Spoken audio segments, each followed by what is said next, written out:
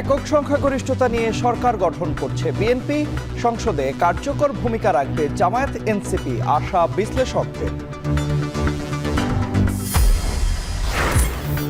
কোনো নির্দিষ্ট দেশকেন্দ্রিক নয়, জাতীয় স্বার্থ রক্ষা করেই পররাষ্ট্রনীতিতে বড় পরিবর্তনের ইঙ্গিত বিএনপি নেতা আমির খসরুর।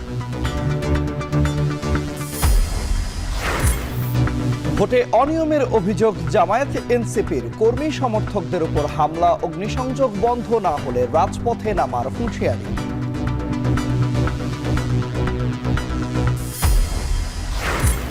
এবং গণভোটে হ্যাঁ জয়ী হওয়ায় রাষ্ট্র সংস্কারের প্রস্তাব বাস্তবায়নে বাধা নেই বলছেন বিশেষজ্ঞরা। গড়িমসি হলে চ্যালেঞ্জে পড়বে বিএনপি।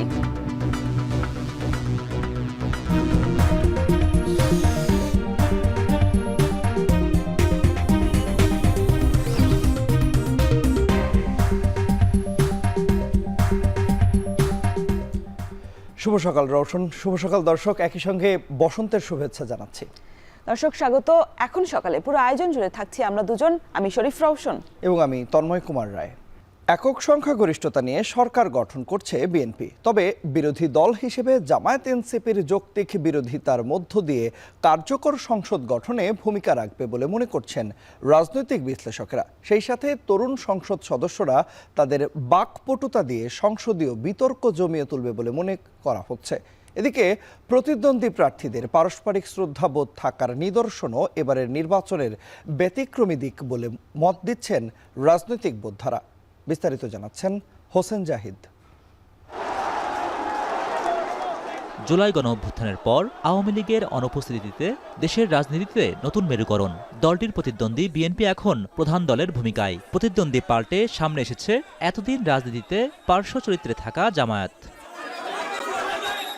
12 ফেব্রুয়ারি ভোটারের রায়ে 209টি আসনের নিরঙ্কুশ সংখ্যাগরিষ্ঠতা নিয়ে সরকার গঠন করছে বিএনপি। 68টা আসন নিয়ে জামাত ও 6 আসন নিয়ে সংসদের বিরোধী পক্ষে থাকবে এনসিপি। তাদের সরব উপস্থিতি সংসদকে প্রাণোচ্ছল করবে বলে আভাস দিচ্ছেন রাজনৈতিক বিশ্লেষকরা। ইন্টারেস্টিং রাজনীতি হতে পারে যদি বিরোধী দল সত্যিকারের মোটিভকে মাথায় রেখে, বিবেচনায় রেখে তারা যদি সংসদে তাদের যথাযথ ভূমিকাটা পালন করে, অর্থাৎ সরকারের ত্রুটি বিচ্যুতিগুলোকে প্রতিনিয়ত মনিটর করার চেষ্টা করে। কম বয়সের সদস্য হিসেবে এবার সংসদে যাবেন এমন সংখ্যাও চোখে পড়ার মতো। বাকযুদ্ধের সুনামও আছে তাদের। সংসদের অধিবেশন কিংবা রাজনৈতিক আন্দোলন দুই ক্ষেত্রেই তারুণ্য হবে এবারের বড় ভিন্নতা।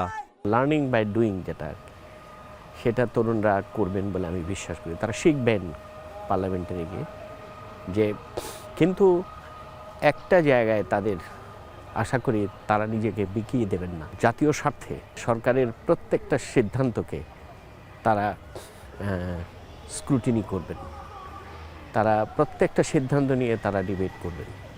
এদিকে নির্বাচনের হার জিতের সমীকরণ মেলার পর প্রার্থীদের একে অন্যের প্রতি সৌহার্দ্যপূর্ণ আচরণ নজর কেড়েছে সবার। এটিকে ত্রয়োদশ সংসদের শুভযাত্রা হিসেবে দেখছেন সমাজ ও রাজনীতি বিশ্লেষকরা। এই প্রতিদ্বন্দ্বিতা আমাদের থাকবে, কিন্তু প্রতিদ্বন্দ্বিতার জন্য সহিংসতা রূপ না নেয়, এই রাজনীতিতে আমরা চেয়েছিলাম। সেই রাজনীতি যদি আজকালকার মানে এই 2026-এর সংসদ নির্বাচনের মাধ্যমে সেই রাজনীতি যদি শুরু হয়, বাংলাদেশ পরিবর্তিত হয়ে যাবে। বাংলাদেশের মানুষের নতুন স্বপ্ন, নতুন বাংলাদেশের স্বপ্ন কিন্তু বাস্তব হয়ে যাবে। মানুষ প্রতিজ্ঞা করে প্রতিজ্ঞা ভেঙে হাঁপ ছাড়ার জন্য। রাজনৈতিক বোদ্ধাদের অভিমত, এমন ঘটনার ভিন্ন উদাহরণ হলে রাজনীতির আগুনের দিনগুলো মিশে যাবে সদ্যজাত ঘাসের সবুজে। হোসেন জাহিদ, এখন, ঢাকা। কোনো নির্দিষ্ট দেশকেন্দ্রিক নয়, বরং বাংলাদেশের জাতীয় স্বার্থ রক্ষা করেই আগামী দিনের পররাষ্ট্রনীতি নির্ধারণ হবে বলে জানিয়েছেন বিএনপির স্থায়ী কমিটির সদস্য আমির খসরু মাহমুদ চৌধুরী। রাতে গুলশানে তারেক রহমানের নেতৃত্বে দলটির স্থায়ী কমিটির বৈঠক শেষে এমন কথাই বলেছেন তিনি। পররাষ্ট্রনীতিতে বড় পরিবর্তনের আভাস দিয়ে আমির খসরু বলেন, ভবিষ্যতে বাংলাদেশের পররাষ্ট্র নীতি কোনো বিশেষ দেশকেন্দ্রিক হবে না, বরং সব দেশের সাথে সম্পর্ক বজায় রাখার ক্ষেত্রে বাংলাদেশের নিজস্ব স্বার্থকেই সর্বোচ্চ অগ্রাধিকার দেওয়া হবে।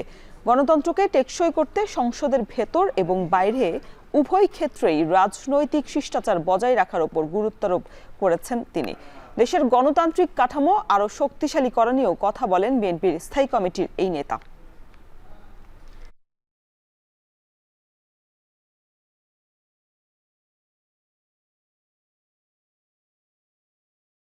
আমরা কোনো কান্ট্রি সেন্ট্রিক, কোনো দেশ কেন্দ্রিক আমাদের কোনো পররাষ্ট্রনীতি নাই। আমাদের পররাষ্ট্রনীতি সব দেশের সাথে, বাংলাদেশের মানুষের সাথে, বাংলাদেশের সাথে, এবং কোনো কান্ট্রি সেন্ট্রিক, কোনো দেশ কেন্দ্রিক আমাদের কোনো পররাষ্ট্রনীতি নাই।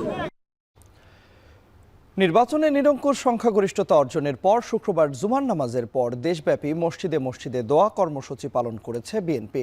পাশাপাশি দলের প্রয়াত চেয়ারপারসন বেগম খালেদা জিয়ার বিদেহী আত্মার মাগফিরাত কামনায় সারা দেশে দোয়া অনুষ্ঠিত হয়েছে। ইমদাদুল আজাদের প্রতিবেদনে দেখুন বিস্তারিত। নির্বাচনী ভূমিধস জয়ের পরও কোনো আনন্দ মিছিল ও সভা না করার ঘোষণা দেয় বিএনপি। দলটির পক্ষ থেকে অনুরোধ জানানো হয় এই জয়ে মসজিদ ও উপাসনালয়ে প্রার্থনায় অংশ নেয়ার। এরই অংশ হিসেবে জুমার নামাজের পর দেশব্যাপী মসজিদে মসজিদে দোয়া কর্মসূচি পালন করে দলটি। রাজধানীর নৌবাহিনীর হেডকোয়ার্টার মসজিদে জুমার নামাজ আদায় করেন বিএনপি চেয়ারম্যান তারেক রহমান। নামাজ শেষে নিরঙ্কুশ জয় পাওয়ায় সাবেক প্রধানমন্ত্রী খালেদা জিয়ার বিদেহী আত্মার মাগফিরাত কামনায় বিশেষ দোয়ায় অংশ নেন তিনি। চট্টগ্রামেও বিজয় মিছিলের পরিবর্তে দোয়া মাহফিল করে বিএনপি। জুমার নামাজের পর নগরীর মসজিদে মসজিদে আয়োজিত দোয়া মাহফিলে দলের নির্বাচিত এমপি সহ নেতাকর্মীরা অংশ নেন। এ সময় সাবেক রাষ্ট্রপতি জিয়াউর রহমান, সাবেক প্রধানমন্ত্রী বেগম খালেদা জিয়া, মুক্তিযুদ্ধের বীর শহীদ এবং ২৪-এর অভ্যুত্থানের শহীদদের বিদেহী আত্মার মাগফিরাত কামনা করা হয়। ভোটাররা যেটা চায় যে তারা একটা স্বাচ্ছন্দ্যময় নাগরিক জীবন এই নগরে, সেটা আমরা নিশ্চিত করার জন্য আমরা সর্বতভাবে চেষ্টা করব। আমাকে নির্বাচিত করেছে, সেই জন্য আমি আল্লাহর কথা শুকরিয়া আদায় করতে সবাইকে আন্তরিক কৃতজ্ঞতা জানাই। এবং এই নির্বাচন হচ্ছে আমাদের সবার। এছাড়া দিনাজপুর, ফেনী, নারায়ণগঞ্জ, ময়মনসিংহ সহ দেশের বিভিন্ন প্রান্তে দোয়া মাহফিল হয়েছে। একই সাথে সারা দেশে মন্দির, গির্জা ও প্যাগোডা সহ অন্যান্য উপাসনালয়েও বিশেষ প্রার্থনার আয়োজন করা হয়। ইমদাদুল আজাদ, এখন, ঢাকা। নির্বাচনে জয়ী হওয়ায় বিএনপি চেয়ারম্যান তারেক রহমানকে অভিনন্দন জানিয়েছেন ভারতের প্রধানমন্ত্রী নরেন্দ্র মোদী। এক্স পোস্টের পাশাপাশি ফোনালাপে দুদেশের মানুষের শান্তি এবং উন্নয়নের পাশে থাকার কথা বলেন তিনি। অভিনন্দন জানিয়েছেন মালয়েশিয়া এবং পাকিস্তানের প্রধানমন্ত্রীরাও। শুভেচ্ছা জানিয়েছে যুক্তরাষ্ট্র এবং চীনা দূতাবাস। বিস্তারিত দেখুন প্রতিবেদনে। ত্রয়োদশ জাতীয় সংসদ নির্বাচনে ২/৩ আসনে জয় পাওয়ায় বিশ্ব নেতাদের কাছ থেকে একের পর এক শুভেচ্ছা বার্তা পাচ্ছেন বিএনপি চেয়ারপারসন তারেক রহমান। জয়ী দলের পাশাপাশি বাংলাদেশের জনগণকেও অভিনন্দন জানাচ্ছেন তারা। বিজয়ী হওয়ার পর তারেক রহমানের সঙ্গে ফোনে কথা বলেন ভারতের প্রধানমন্ত্রী নরেন্দ্র মোদী। ভারত বাংলাদেশের জনগণের শান্তি ও উন্নয়নে পাশে থাকার কথা বলেন মোদী। এর আগে সামাজিক যোগাযোগ মাধ্যম এক্স বার্তায় নরেন্দ্র মোদী বলেন, এই বিজয় তারেক রহমানের নেতৃত্বের উপর বাংলাদেশের মানুষের আস্থার প্রতিফলন। একটি গণতান্ত্রিক, প্রগতিশীল এবং অন্তর্ভুক্তিমূলক বাংলাদেশের সমর্থনে ভারত সবসময় পাশে থাকবে বলে জানান মোদী। এক্সপোস্টে পশ্চিমবঙ্গের মুখ্যমন্ত্রী মমতা ব্যানার্জি তারেক রহমানকে ভাই সম্বোধন করে বলেন, বাংলাদেশের সঙ্গে সবসময় সুসম্পর্ক বজায় থাকবে বলে আশা করেন তিনি। বিএনপি ও অন্যান্য দলকে শুভেচ্ছা জানানোর পাশাপাশি দেশের মানুষকে আগাম ঈদের শুভেচ্ছা জানান মমতা। বাংলাদেশের নতুন নেতৃত্বের সঙ্গে ঘনিষ্ঠভাবে কাজ করার প্রত্যাশা ব্যক্ত করেছেন পাকিস্তানের প্রধানমন্ত্রী। বাংলাদেশের পরিবর্তনে গুরুত্বপূর্ণ ভূমিকা রাখায় প্রধান উপদেষ্টা ড মোহাম্মদ ইউনূসের প্রতি কৃতজ্ঞতা জানান মালয়েশিয়ার প্রধানমন্ত্রী আনোয়ার ইব্রাহিম। নতুন নেতৃত্বের সঙ্গে কাজ করতে তার দেশ অধীর আগ্রহে অপেক্ষা করছে বলে জানান তিনি। অন্যদিকে ঢাকার মার্কিন দূতাবাস ফেসবুক পেজে দুই দেশের সমৃদ্ধি ও নিরাপত্তার অভিন্ন লক্ষ্য বাস্তবায়নে বিএনপি ও তারেক রহমানের সঙ্গে কাজ করার আগ্রহ জানায়। বিএনপির জয়ে শুভেচ্ছা জানিয়েছে চীনা দূতাবাসও। শাহিনুর সরকার, এখন। দেশের বিভিন্ন জায়গায় ১১ দলীয় নির্বাচনী ঐক্যের কর্মী সমর্থকদের বাড়িতে হামলা, ভাঙচুর ও অগ্নিসংযোগ করা হচ্ছে বলে অভিযোগ করেছেন জামায়াতের আমির ডাক্তার শফিকুর রহমান। হামলা বন্ধ না হলে রাজপথে নামার হুঁশিয়ারিও দিয়েছেন তিনি। শুক্রবার রাতে মগবাজারে দলটির কেন্দ্রীয় কার্যালয়ে বৈঠক শেষে তিনি আরও অভিযোগ করেন, বিভিন্ন কেন্দ্রের রেজাল্ট শিট ঘষামাজা করে ফলাফল পরিবর্তন করা হয়েছে। আজকে বাংলাদেশের বিভিন্ন জায়গায় 11 দলীয় নির্বাচনী ঐক্যের কর্মী, সমর্থক, এজেন্ট, ভোটার বিভিন্ন জায়গায় বাড়িতে বাড়িতে হামলা হচ্ছে। ব্যক্তির উপর হামলা হচ্ছে, আগুন ধরিয়ে দেওয়া হচ্ছে বাড়িতে। এটা তো ফেসিবাদী তৎপরতা। কিন্তু এখন এগুলা কিসের আলামত? এখন এগুলা বন্ধ করতে হবে। আমাদেরকে যদি বাধ্য করা হয় তাহলে রাজপথেও আমরা নামবো। এই নির্বাচনে সুস্পষ্টভাবে ফলাফলে কারচুপি হয়েছে। ভোট সুষ্ঠু একটা পর্যায় পর্যন্ত সুষ্ঠুভাবে হয়েছিল, আমরা সেটাকে স্বাগত জানিয়েছিলাম। কিন্তু ফলাফল যখন ঘোষণা করার সময় হয়েছে, ওই সময়টাতে স্পেসিফিক অনেকগুলো আসনকে টার্গেট করে প্রশাসনকে ব্যবহার করে সেই ফলাফল পরিবর্তন করা হয়েছে। এখন যেই প্ল্যানের কথা আমরা শুনেছি, আমরা সেই প্ল্যানের একটা বাস্তবায়ন বা সেই প্ল্যানের একটা স্বরূপ কিন্তু এই নির্বাচনে আমরা দেখতে পাচ্ছি। বিএনপিকে 2/3 সমর্থন দিতে মেটিকুলাস ডিজাইনে ভোট টেম্পারিং এর অভিযোগ করেছেন এনসিপির আসিফ মাহমুদ সজীব ভুঁইয়া। শুক্রবার জাতীয় সংসদ নির্বাচনে দলটির অবস্থান বিষয়ে জরুরি সংবাদ সম্মেলনে এমন অভিযোগ করেন তিনি। নির্বাচনে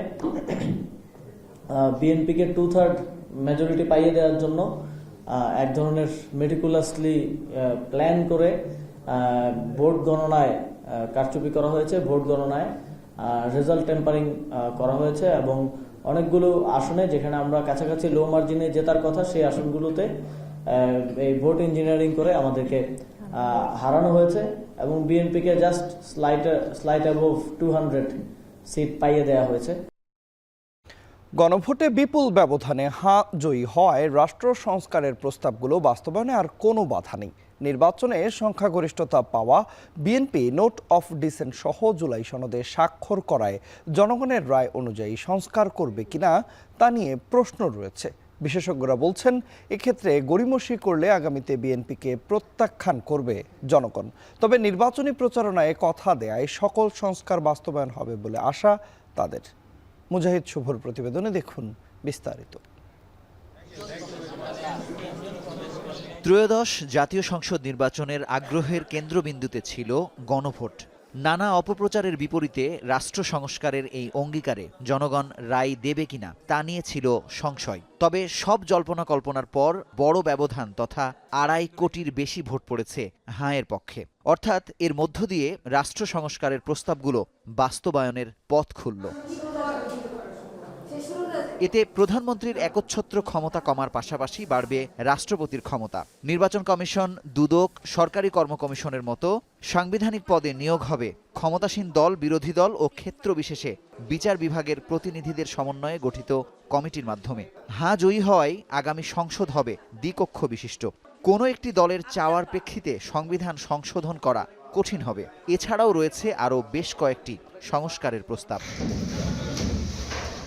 রায় অনুযায়ী উচ্চকক্ষে দলের প্রাপ্ত মোট ভোটের সংখ্যানুপাতিক হারে আসন নির্ধারিত হবার কথা। তবে জুলাই সনদে নোট অফ ডিসেন্ট সহ এই শর্তে স্বাক্ষর করলেও দলের নির্বাচনী ইশতেহারে প্রাপ্ত আসনের ভিত্তিতে উচ্চকক্ষে আসন নির্ধারিত করার কথা বলেছে বিএনপি। একইভাবে সাংবিধানিক প্রতিষ্ঠানে নিরপেক্ষ নিয়োগ কমিটির বিষয়ে নোট অফ ডিসেন্ট দিলেও তা বাস্তবায়নের বিষয়ে ইশতেহারে পরিষ্কার করেনি বিএনপি। এখন প্রশ্ন উঠেছে, গণভোটে হাঁ জয়ী হওয়ার পরও বিএনপির নোট অফ ডিসেন্ট দেয়া বিষয়গুলোতে সংস্কার আনবে কিনা। বিশেষজ্ঞরা বলছেন, এসব না মানলে ব্যাপক চ্যালেঞ্জের মুখে পড়বে বিএনপি। যে প্রতিশ্রুতিগুলো বড় দল দিয়েছিলেন ওই সময় এবং বিশেষ করে যেগুলোতে পুরোপুরি একমত হওয়া যায়নি, সেগুলোর ব্যাপারে যারা যদি অনাগ্রহী হয়ে পড়েন তাহলে কিন্তু একটা চ্যালেঞ্জ তৈরি হতে পারে যে তার এখন এই বিষয়ে আগ্রহ নাই। রাষ্ট্রবিজ্ঞানী অধ্যাপক ডক্টর জিন্নাতারা নাজনীনের মতে, গণভোটে হ্যাঁয়ের পক্ষে রায় হওয়ায় নোট অফ ডিসেন্টের গুরুত্ব আর থাকলো না। নোট অফ ডিসেন্ট খুব যে গুরুত্বপূর্ণ জিনিস তা না। নোট অফ ডিসেন্ট যে কোনো সময় তুলে নেওয়া যায়। তারেক রহমান যেরকম হাঁ জয়যুক্ত করুন আপনারা এটা বলেছেন, তখন আশা করা যে পুরাটা নিয়েই উনি হাঁ বলেছেন, কোনো পার্শিয়াল অংশ বা কিছু ওটা না। তবে বিএনপি সংস্কার ইস্যুতে গড়িমসি করলে জনগণ আগামী নির্বাচনে জবাব দেবে বলেও মনে করেন বিশেষজ্ঞরা। আমাদের তো এখন ইয়াং ভোটার অনেক বেশি এবং তাদের ভোটে কিন্তু হচ্ছে তারেক রহমান উঠে আসছেন বা বিএনপি উঠে আসছে। তারা যদি বিএনপি যদি এটাকে থেকে পিছিয়ে যায় বা কোনোটা থেকে উজ্জ্ব করে, আগামী ইলেকশন তো আছে সামনে। হ্যাঁ ভোটে বড় ম্যান্ডেট পাওয়া এবং যে দল সরকার গঠন করতে পারছেন তাদের বড় আকারের জনসম্মতি পাওয়া, সংস্কার বাস্তবায়নের একটা ইতিবাচক পরিবেশ তৈরি করেছে। দেশের ইতিহাসে প্রথম কোনো নির্বাচন যেদিন মৃত্যুর কোনো ঘটনা ঘটেনি, সহিংসতাও হয়েছে সর্বনিম্ন। এখন জনগণ তার দেয়া রায় অনুযায়ী কেমন রাষ্ট্র পায় সেটির ওপর নির্ভর করছে আগামীর বাংলাদেশের সফলতা, এমনটাই ভাবছেন বিশেষজ্ঞরা। মুজাহিদ শুভ, এখন, ঢাকা। আজ পহেলা ফাল্গুন, ঋতুরাজ বসন্তের প্রথম দিন, একই সাথে ভালোবাসার দিবসও। এবারের এ বসন্ত শুধু প্রকৃতির রঙে নয়, ছাপ ফেলেছে নাগরিক জীবনের আরেক উপলক্ষ, ভোট আনন্দেও, যেখানে প্রত্যাশা, আলোচনা এবং অংশগ্রহণে বিভোর ছিল দেশবাসী। ভোট বসন্তের সেই গল্পই জানাচ্ছেন আতিক মেজবা লগ্ন।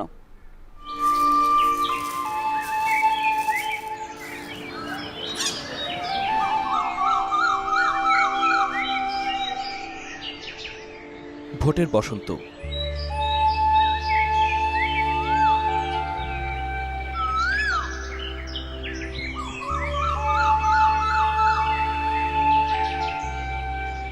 ছাপ্পান্ন হাজার বর্গমাইল জুড়ে প্রত্যাশা, আলোচনা ও অংশগ্রহণ।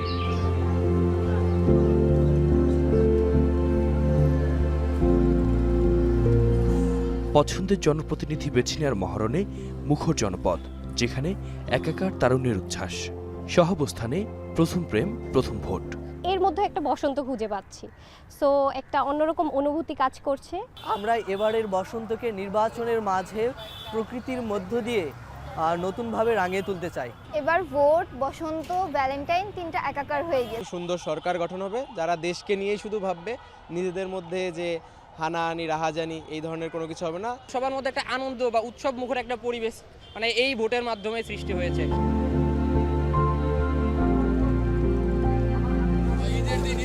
দীর্ঘদিন পর উৎসব মুখর পরিবেশে ভোট দিতে পারার বাসন্তী আভা প্রবীণ ভোটারদের চোখে মুখেও। অনেক আনন্দ লাগতেছে। আশা করি সবকিছু সামনে ভালোই হবে, ভালোভাবেই আমরা উদযাপন করব। সবার মাঝে ফাগুন ভালোবাসা বয়ে আনুক, এই শুভকামনা। বেচাকেনি ভালো হোক, দেশটা আগায় যাক, এটাই আমরা চাই।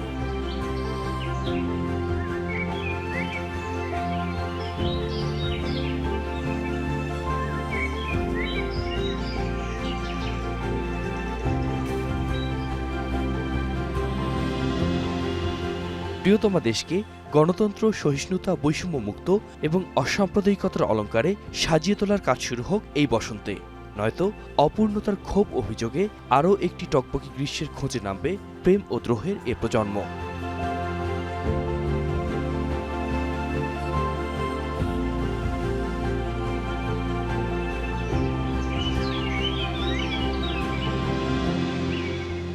আতিক মেজবা লগ্ন, এখন, ঢাকা। বিশ্ব ভালোবাসা দিবস আর বসন্ত উৎসব ঘিরে কর্মব্যস্ত শাহবাগের পাইকারি ফুলের বাজার। থরে থরে সাজানো গোলাপ, রজনীগন্ধা আর নানা ফুলের বেচাকেনায় চলে রাতভর।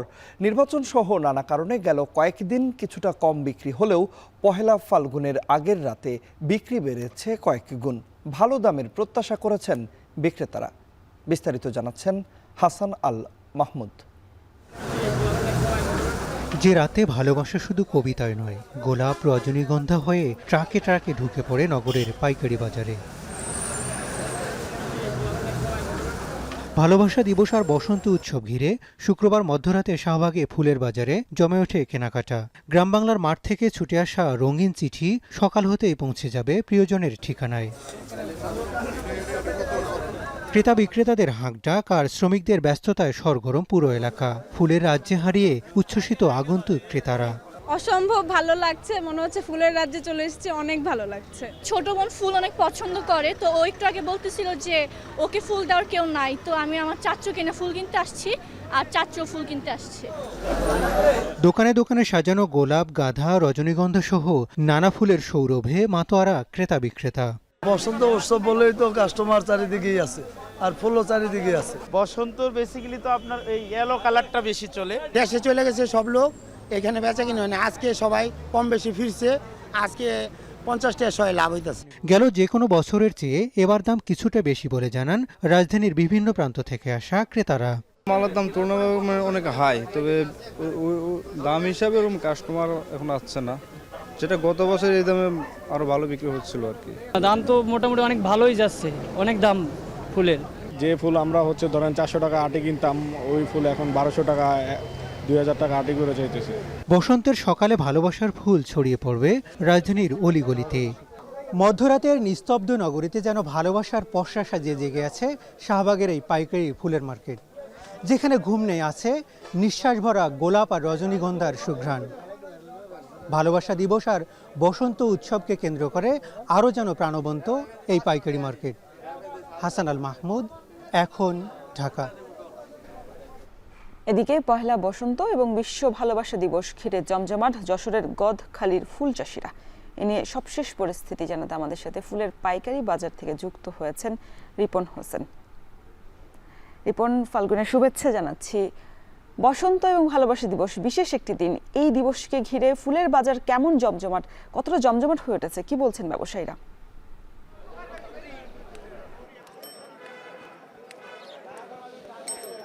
আমরা সকাল থেকে এই গদখালি যে ফুলের পাইকারি বাজার রয়েছে, এই ফুলের পাইকারি বাজারে আমরা রয়েছি। আমরা দেখছি যে ফুলের যে বিক্রি কিনি সেটি চলছে এবং এই যে ভালোবাসা এবং বসন্ত দিবসে সবচেয়ে বেশি ফুল যেটি বিক্রি হয় সেটা হচ্ছে গোলাপ।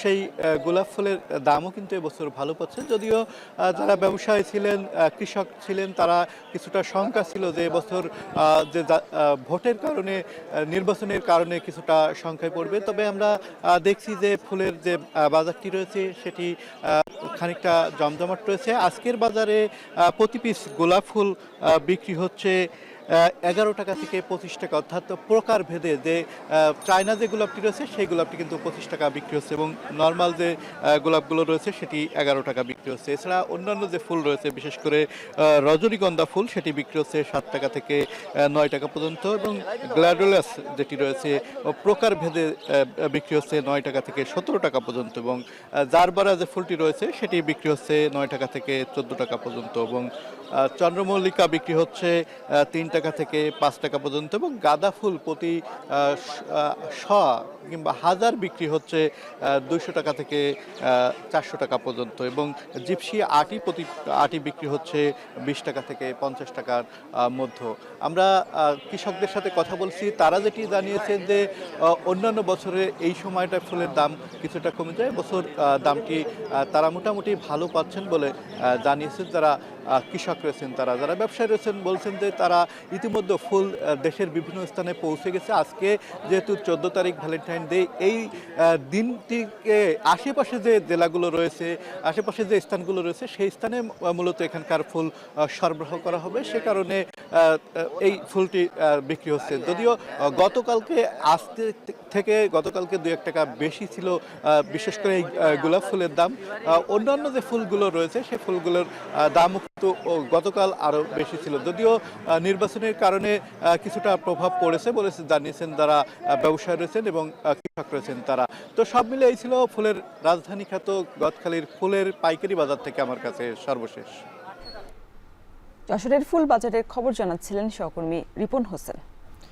বরিশাল বিভাগে এবার কাঙ্ক্ষিত সাফল্য অর্জন করেছে বিএনপি। বিভাগের 21 আসনের 18টিতে বিজয়ী হয়েছে বিএনপি ও জোটের প্রার্থীরা। দলের নেতারা বলছেন 31 দফাকে মূল্যায়িত করেছে বরিশাল অঞ্চলের ভোটাররা। এবার ভোটারদের আশা আকাঙ্ক্ষা পূরণের সময় বলে জানিয়েছেন বিশ্লেষকেরা। মাহমুদুর নবীর তোলা ছবিতে আরও জানাচ্ছেন ফিরদাউস সোহাগ। বরিশাল বিভাগের বিভিন্ন ভোট কেন্দ্রে নারী পুরুষেরা ভোট দিয়েছেন স্বাচ্ছন্দ্যে। প্রচণ্ড রোদে দাঁড়িয়েও নিজের ভোটাধিকার প্রয়োগ করেছেন তারা। এবার বিভাগের 21 আসনের 18টিতে বিএনপি ও জোটের প্রার্থীরা জয় পেয়েছে। এর মধ্যে জেলার এবং ঝালকাঠির সবগুলো আসনে জয় পেয়েছে দলটি। ভোলা, পটুয়াখালী, বরগুনা ও পিরোজপুরে বেশিরভাগ আসন নিশ্চিত করেছে ধানের শীষ। এই এলাকার মানুষ শহীদ রাষ্ট্রপতি জিয়াউর রহমানের প্রতি একটা আনুগত্য তাদের ছিল এবং এই অঞ্চলটা মূলত বিএনপি অধ্যুষিত এলাকা। বাংলাদেশ জাতীয়তাবাদের আদর্শে তারা বিশ্বাসী এবং সেই জন্য এটা আশ্চর্য হবার কিছু নাই যে বিএনপির এটা যে ল্যান্ডমার্ক বিজয়।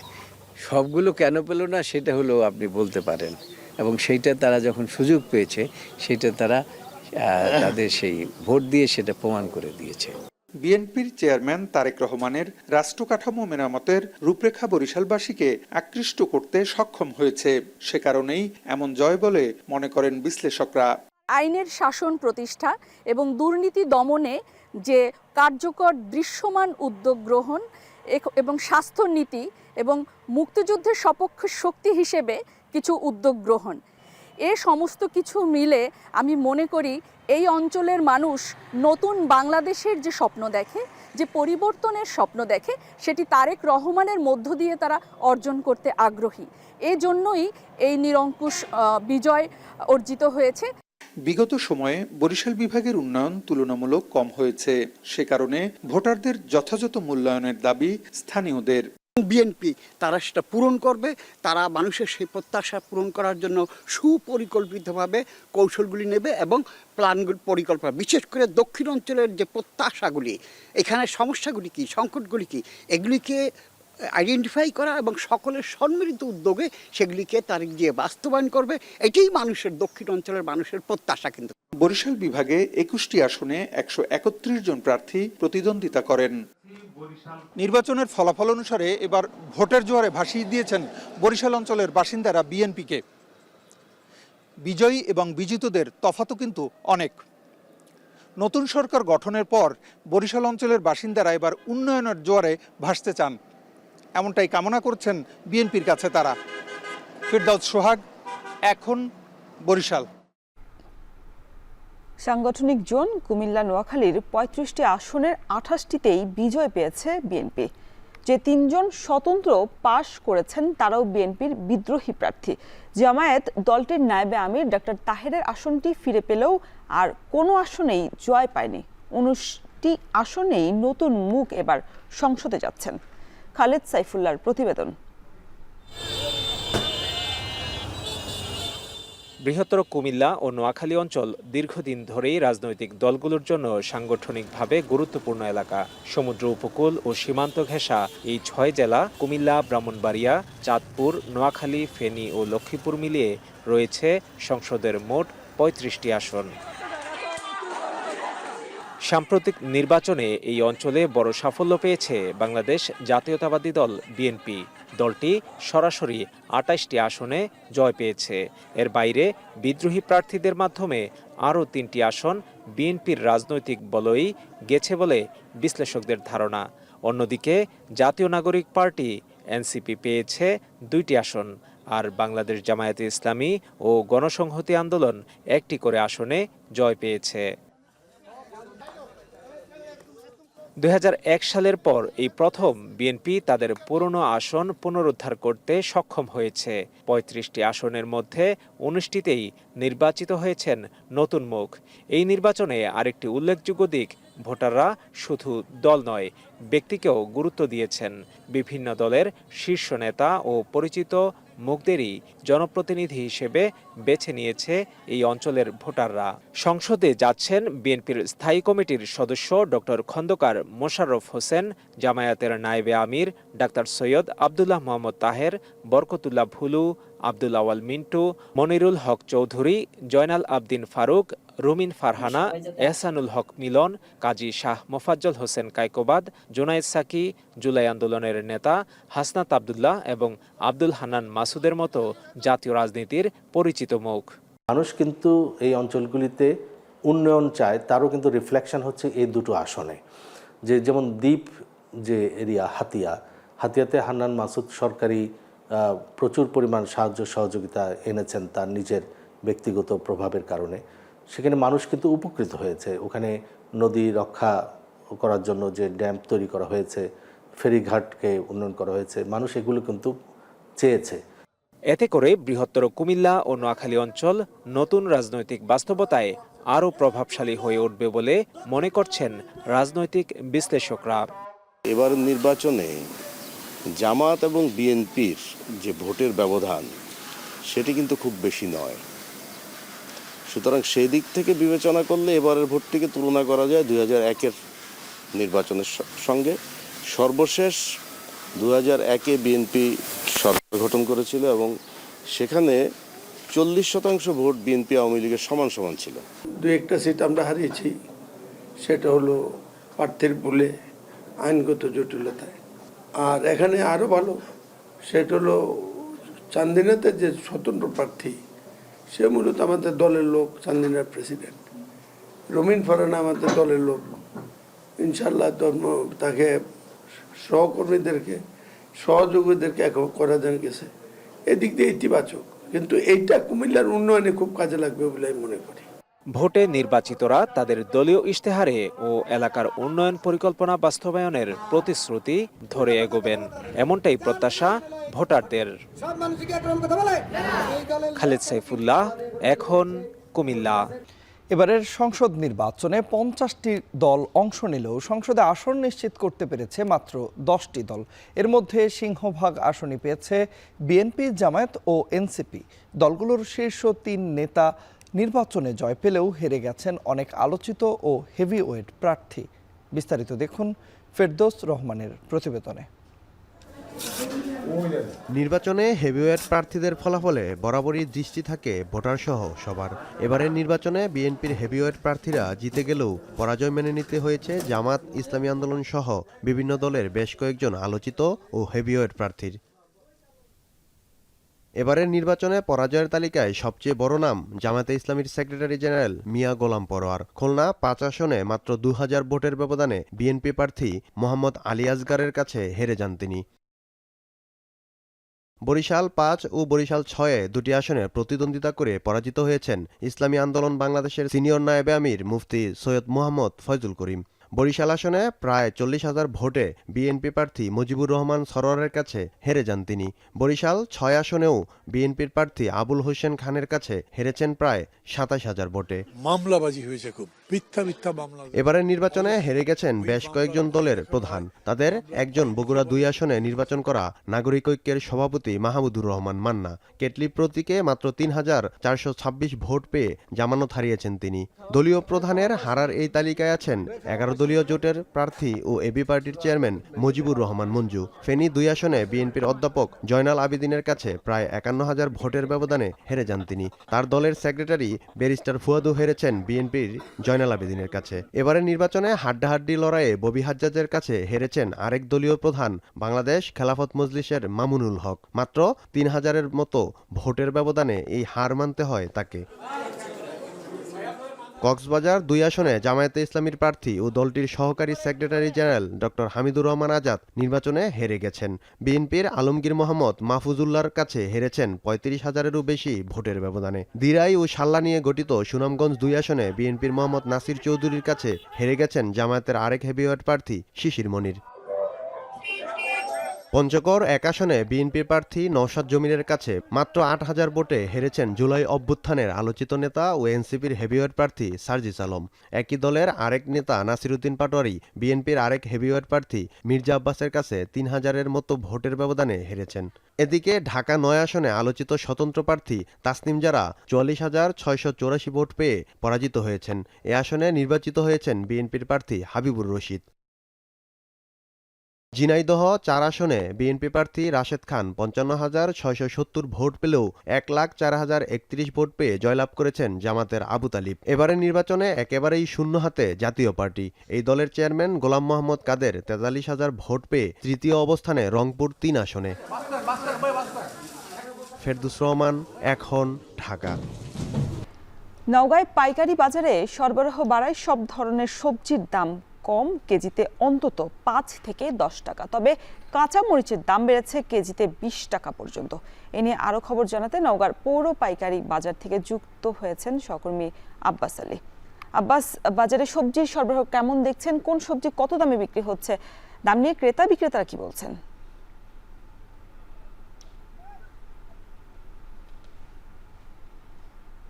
রওশন, সবজির বাজার এখন কিছুটা স্বস্তি বলা যায়, যে কারণ উৎপাদন বেশি হওয়ার কারণে হাটবাজার গুলোতে সবজির সরবরাহ বেড়েছে, যার কারণে বাজার কিছুটা স্বস্তি রয়েছে। তবে গত 1 সপ্তাহের ব্যবধানে সব ধরনের সবজির দাম কেজিতে 5 থেকে 10 টাকা পর্যন্ত কমেছে। তবে কাঁচা যে মরিচ রয়েছে সেগুলোর দাম 1 সপ্তাহের ব্যবধানে 20 টাকা পর্যন্ত বেড়েছে আমরা যেমনটি দেখেছি। তবে এখন যে মৌসুম চলছে সবচেয়ে বেশি যে সবজি রয়েছে সেগুলো আমরা দেখেছি যে বেগুনের সরবরাহ বেড়েছে, যার কারণে গত এক সপ্তাহের ব্যবধানে সর্বোচ্চ 10 টাকা পর্যন্ত কমছে। অর্থাৎ বলা যায় যে সবজির দাম স্বাভাবিক রয়েছে এবং দাম কম থাকার কারণে ক্রেতাদের মাঝে বেশ স্বস্তি ফিরেছে। সবজির দামের কথা যদি বলি যে এখানে 15 থেকে 40 টাকা কেজির মধ্যে সব ধরনের সবজি এখন মিলছে। তবে সবচেয়ে বেশি দামে যে সবজি বলা যায় যে মটরশুঁটি 50 টাকা কেজি বিক্রি হচ্ছে। অন্য সবজির দাম 40 টাকার মধ্যেই পাওয়া যাচ্ছে।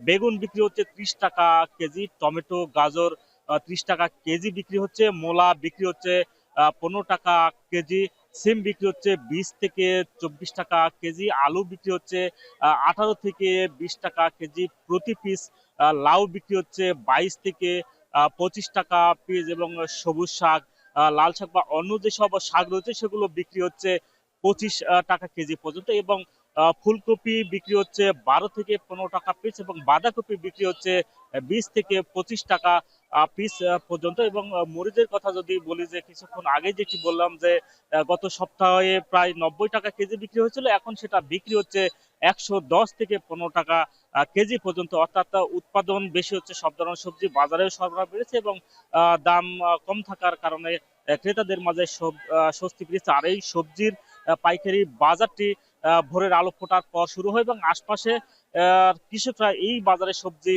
বিক্রি করার জন্য নিয়ে আসেন এবং এই পাইকারি বাজার থেকে পাশে যেসব খুচরা বাজার আছে সেই খুচরা বাজারে বিক্রি করা হয়ে থাকে। অর্থাৎ পাইকারি বাজারে যদি দাম কমে বা বাড়ে তার প্রভাব কিন্তু এই খুচরা বাজারে পড়ে। যেহেতু এখন পাইকারিতে দাম কম রয়েছে এবং খুচরাতেও স্বস্তি রয়েছে বলে আমরা দেখেছি। তবে কৃষকদের সঙ্গে কথা বলে যেমনটি জানা গেছে, যেহেতু এখন শীতের প্রায় শেষ মৌসুম, আবহাওয়া ভালো রয়েছে, পোকামাকড়ের উপদ্রব কম এবং ফুল ভালো রয়েছে। অর্থাৎ সবজির ক্ষেতে ফুল ভালো থাকার কারণে সবজির উৎপাদন বেশি হচ্ছে, যার কারণে সবজির উৎপাদন বেশি হয়, সরবরাহ বেড়েছে। তো এই ছিল আমার কাছে সবজির দর দাম নিয়ে সবশেষ।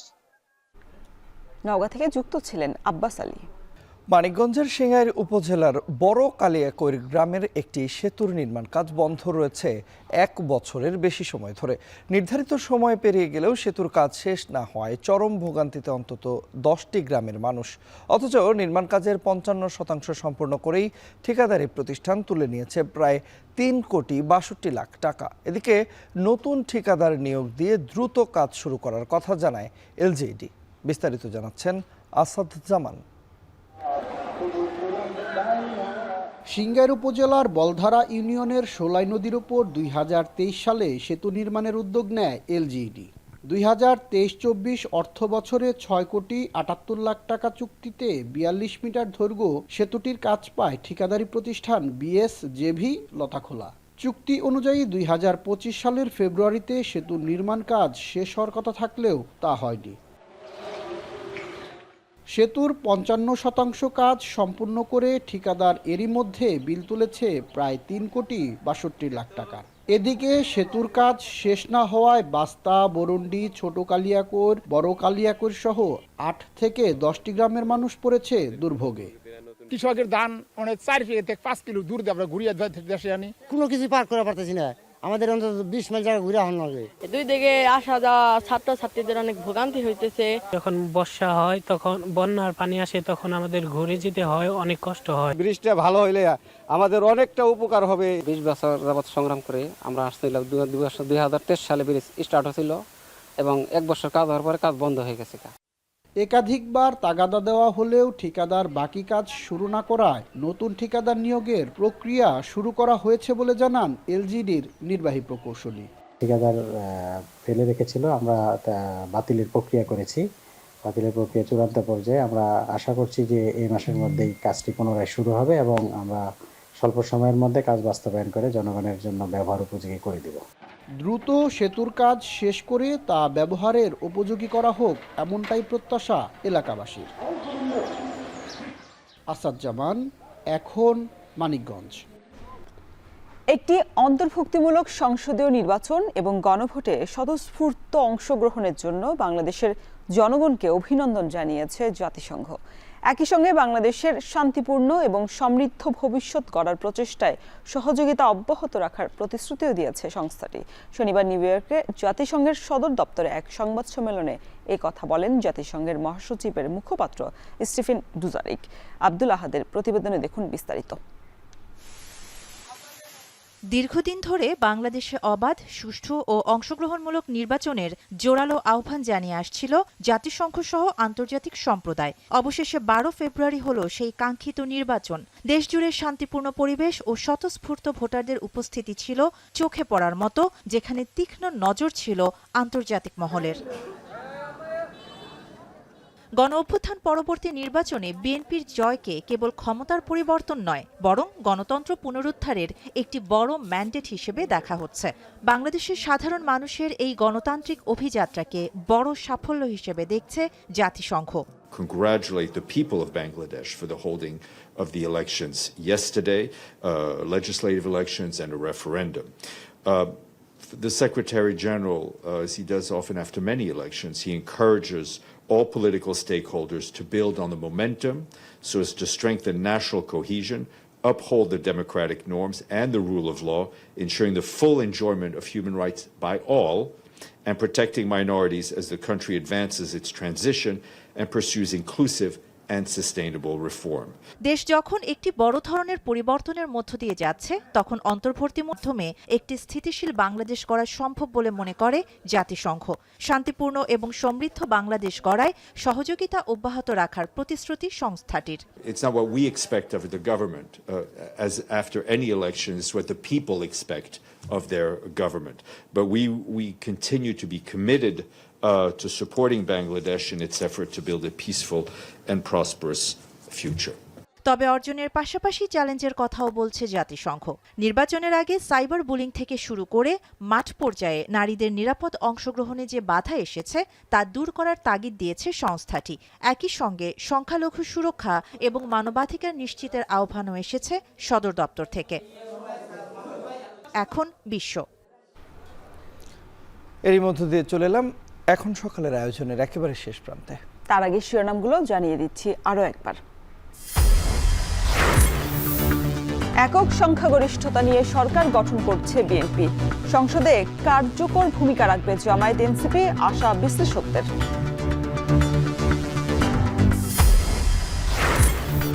পররাষ্ট্রনীতিতে বড় পরিবর্তনের ইঙ্গিত বিএনপির। নির্দিষ্ট দেশ নয়, প্রাধান্য পাবে জাতীয় স্বার্থ, বললেন আমির খসরু। ভোটে অনিয়মের অভিযোগ জামায়াত এনসিপির। কর্মী সমর্থকদের ওপর হামলা, অগ্নিসংযোগ বন্ধ না হলে রাজপথে নামার হুঁশিয়ারি।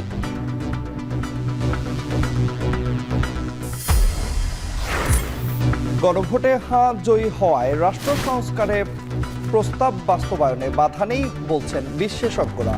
গড়িমসি হলে চ্যালেঞ্জে পড়বে বিএনপি। এবং বসন্ত দিনে ভালোবাসার ছোঁয়ায় রঙিন নাগরিক জীবন। এই দিবস ঘিরে জমজমাট ফুলের বাজার।